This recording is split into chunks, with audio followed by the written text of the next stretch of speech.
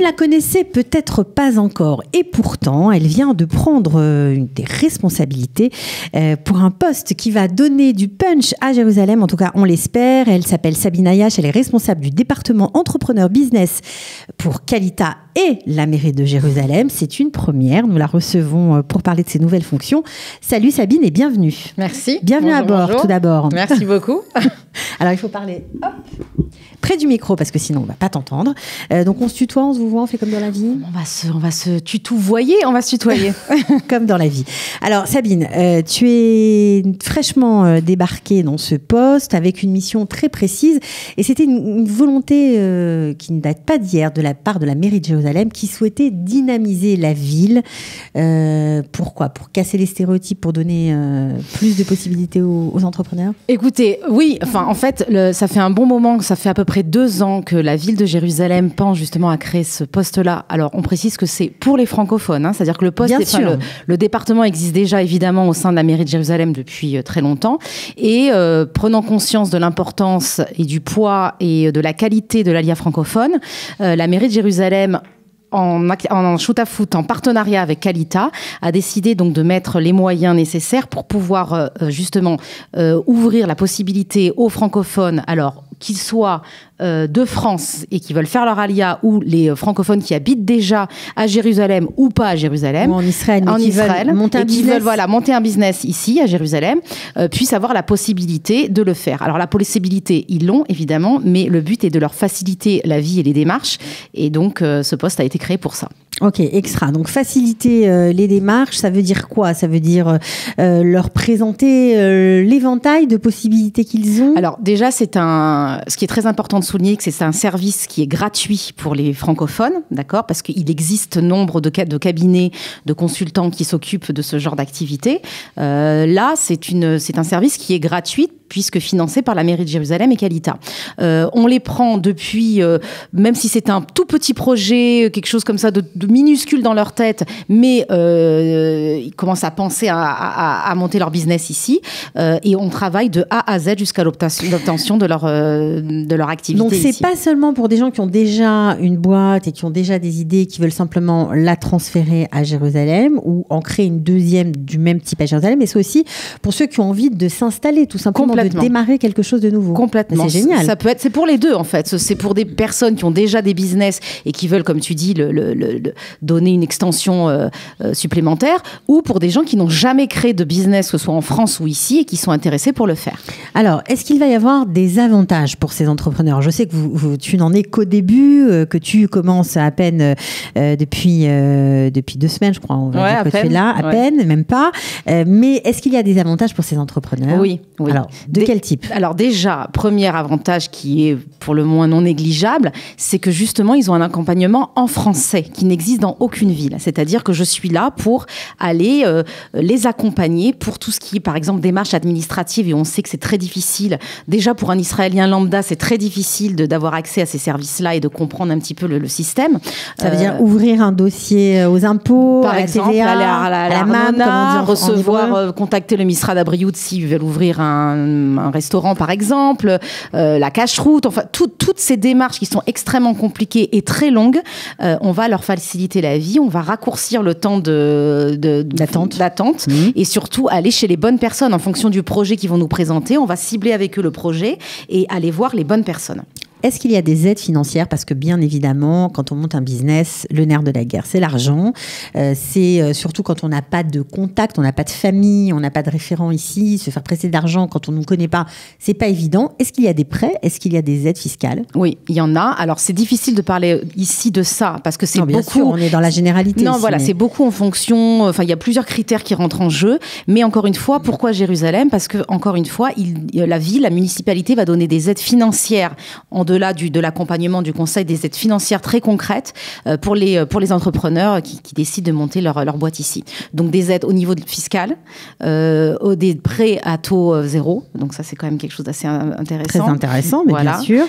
Si on embauche, j'imagine, un autre les Hadash, il y aura aussi des avantages. Exactement. D'accord, donc on payera peut-être moins de charges sociales. Au niveau de l'Arnona, il y a également des avantages. Et encore une fois, c'est vraiment un effort de la ville.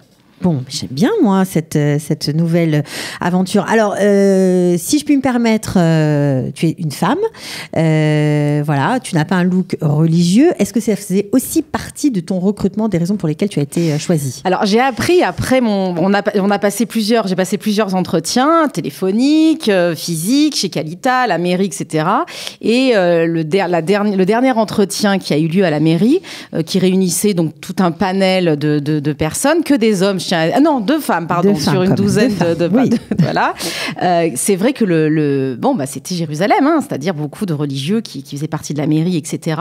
Alors bon, je suis arrivée telle que je suis dans la vie, c'est-à-dire en pantalon, une allure plutôt moderne. Et c'est vrai qu'un de mes arguments, et j'ai appris après que ça avait été retenu à mon avantage, c'est que je leur ai dit que si j'obtenais ce poste-là, j'avais vraiment l'intention de casser un petit peu, comme tu le disais au début, les stéréotypes de la ville de Jérusalem, à savoir, on ne fait pas venir et il n'y a pas que des religieux, alors passe-moi la caricature, des religieux de droite, on y a également ces profils-là, mais on a également des gens, comment dire, chilonimes, des laïcs, on a également des gens qui n'ont pas d'opinion politique particulière, on a des hommes, on a des femmes, on a des jeunes, on a des moins jeunes. Je voulais vraiment donner cette possibilité-là et dire, voilà, Jérusalem, voilà, c'est une ville d'innovation. Il faut dire que tu connais bien Jérusalem, parce que tu habites à Jérusalem, donc il y a beaucoup... Ça fait 20 ans, et voilà, et c'est vrai que j'avoue que j'ai quelquefois pensé quitter cette ville parce que ça correspondait pas forcément à mon profil, mais finalement et au bout du compte, chacun a sa place à Jérusalem, et je le dis sur le plan personnel.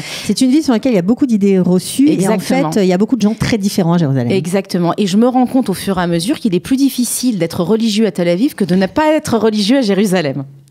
C'est un scoop pour mes amis qui m'écoutent, mais c'est vrai. Ok, alors ça c'était assez intéressant. Quel est ton objectif, on va dire, puisqu'on est au début de ta prise de fonction? On va dire dans un an, qu'est-ce que tu aimerais Alors mon objectif, évidemment, c'est je sais, étant donné que le poste est monté et que j'ai une structure assez solide derrière avec des bonnes conditions pour créer ce poste-là, j'ai envie, moi, de faire savoir à la municipalité, au Misrad Aklita, au Misrad Akalkala, à toutes les institutions, qu'elles soient politiques ou associatives, que ce poste existe déjà, qu'il y a une population francophone qui a envie et à qui on donne les moyens de s'investir dans cette ville et donc de créer son entreprise.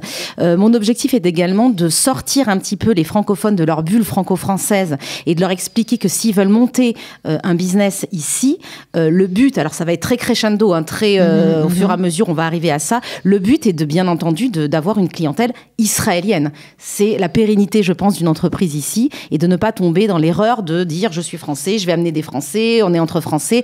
À long terme, ça marche pas souvent. Donc, il faut que les mentalités aussi des francophones puissent évoluer. C'est pour ça qu'on a décidé de faire des ateliers. Alors, on travaille étroitement, évidemment, avec Mati.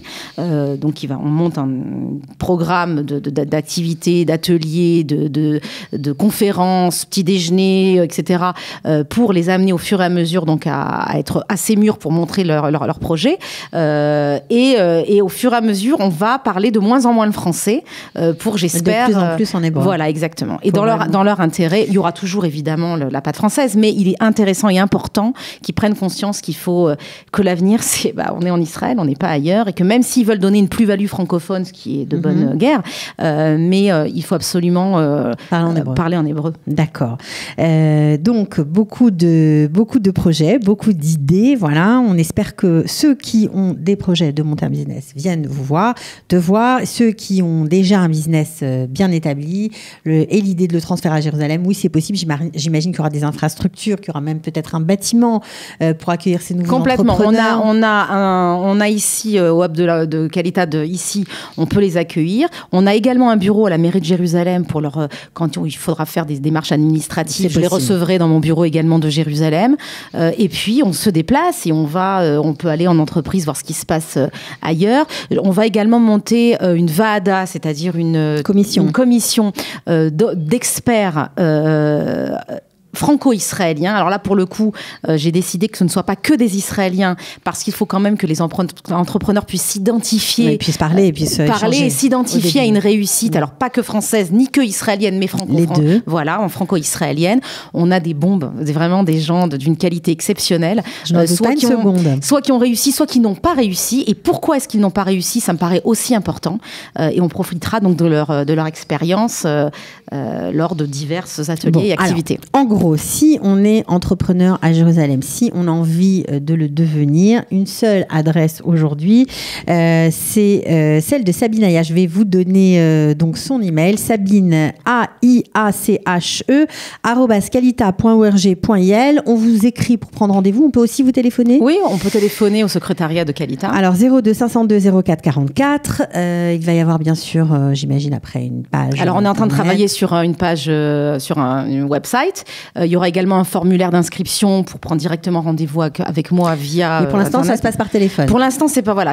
Tout est en préparation. Tu me reçois très rapidement et. Non, mais c'est important. Exactement. C'est le début, donc on aura l'occasion de se reparler. Mais c'est vrai que Studio Kalita, c'est aussi un moyen d'aller chez vous. Voilà, si vous avez des projets, vous n'êtes pas tout seul. On pense à vous. Tout le monde se mobilise. La mairie, Kalita. Donc, si vous êtes entrepreneur en herbe ou confirmé, vous pouvez téléphoner. Je redonne le numéro standard de Kalita 02 502 04 44. Rendez-vous avec Sabine Ayache. Et pour les Français également. On n'en a pas beaucoup parlé, mais enfin les Français de France, les personnes qui vont faire leur important. Très important. Il va y avoir une campagne de communication d'ailleurs qui va être mise en place en France. Je serai présente au salon de l'Alia le 10 mars. Ça, c'est important de le dire. Voilà. Donc les futurs Israéliens sont vivement. Je leur conseille vraiment de prendre contact avec nous pour nous parler de leur projet et j'irai les rencontrer en France rapidement. Bon, alors on souhaite et régulièrement. On souhaite bonne chance à tous ces entrepreneurs qui sont, on va dire, les forces vives de cette ville qu'on aime, qu'on adore. Et si personne ne se ressemble, c'est tant mieux. Espérons que ça continue. Voilà, merci beaucoup. À bientôt, Sabine. À bientôt, à très vite. Ciao. Bye bye. Les professions réglementées et les équivalences, les dossiers Kalita, en savoir plus sur l'Alia.